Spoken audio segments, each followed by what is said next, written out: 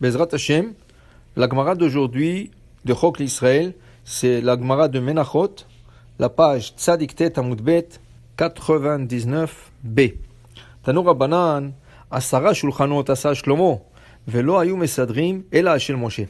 Shlomo HaMelech, quand il a construit le Bet Hamikdash, le temple, tout d'abord, il a élargi les mesures du temple. Moshe Rabbeinu a construit le Mishkan, et il y avait des mesures qui étaient petites par rapport au Bet Hamikdash, mais c'est sûr qu'il ne pouvait pas le faire tout seul, Shlomo HaMelech. Alors dans le rêve, Hachem s'est dévoilé en lui et il lui a donné les mesures à élargir dans le Bet Hamikdash. Une fois qu'il a élargi le Bet Hamikdash, les mesures du Bet Hamikdash, il s'est fait 10 tables. Moshe Rabbeinu a fait une seule table en or. Shlomo HaMelech, il dit, la Gemara, il a fait Asara Shulchanot. Mais la Gemara dit, le pain, Lechem Apanim, le pain qui a été posé sur la table, 12 pains qui étaient posés de Shabbat à Shabbat, veut dire on a cuit le pain le vendredi, on n'a pas le droit de cuire le pain Shabbat, même dans le Bet Hamikdash.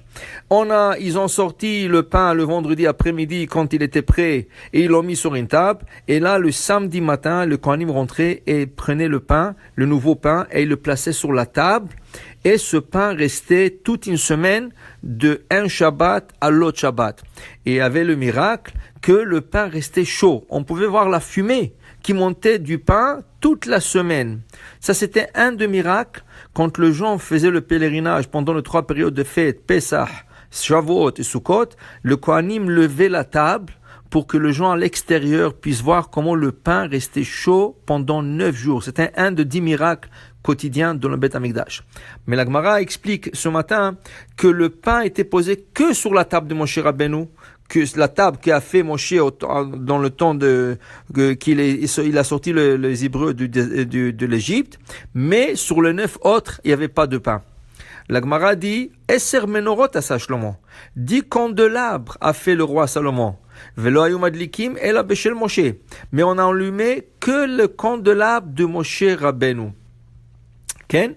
Alors maintenant il dit ici, Rabbi Eliezer ben Shammua Omer, al kulam mesadrim. Selon Rabbi Eliezer ben Shammua, lui il n'est pas d'accord avec Chachamim et il dit pourquoi faire 10 tables, 9 supplémentaires si on met le pain rien que sur celui de Moshe. Alors c'est pas la peine de faire 10. Qu'est-ce que ça donne? Alors pour lui Rabbi Eliezer ben Shammua, on mettait sur le 10 tables du pain, 12 pains sur chaque table. Et en plus de ça, il dit ici que le 10 candélabres qui a fait le roi Salomon, on a allumé tout le 10 candélabres pendant le Mikdash.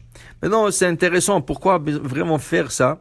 Je pense, une des raisons que Shlomo HaMelech il a fait ça, on dit que la menorah, le candélabre, se trouve aujourd'hui au Vatican.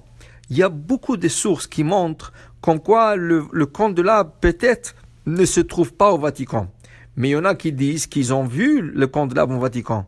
Alors la réflexion qu'on doit dire et essayer de dire, peut-être ce candélabre qui se trouve au Vatican fait partie de un de 9 supplémentaires qui a fait le roi Salomon.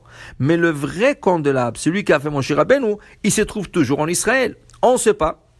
Alors, ça veut dire que c'était une théorie, on peut toujours se poser la question, parce que il est très possible que peut-être le vrai candélabre se trouve toujours en Israël et il se trouve pas dans le Vatican. Et même le menorah qui se trouve au Vatican, c'est pas la vraie. Alors, il y a toutes sortes de possibilités, Ken, mais on n'est pas sûr où se trouve le vrai candélabre.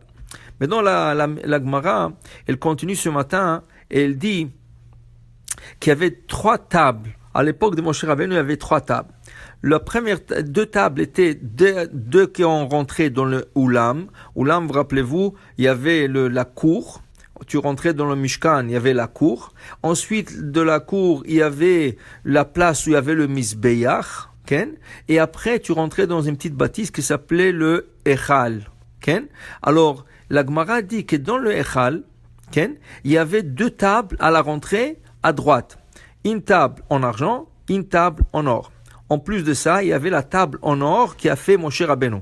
Pourquoi faire ces tables? Alors, le lechem apanim, le pain, quand on voulait le cuire, on le mettait sur la table en argent.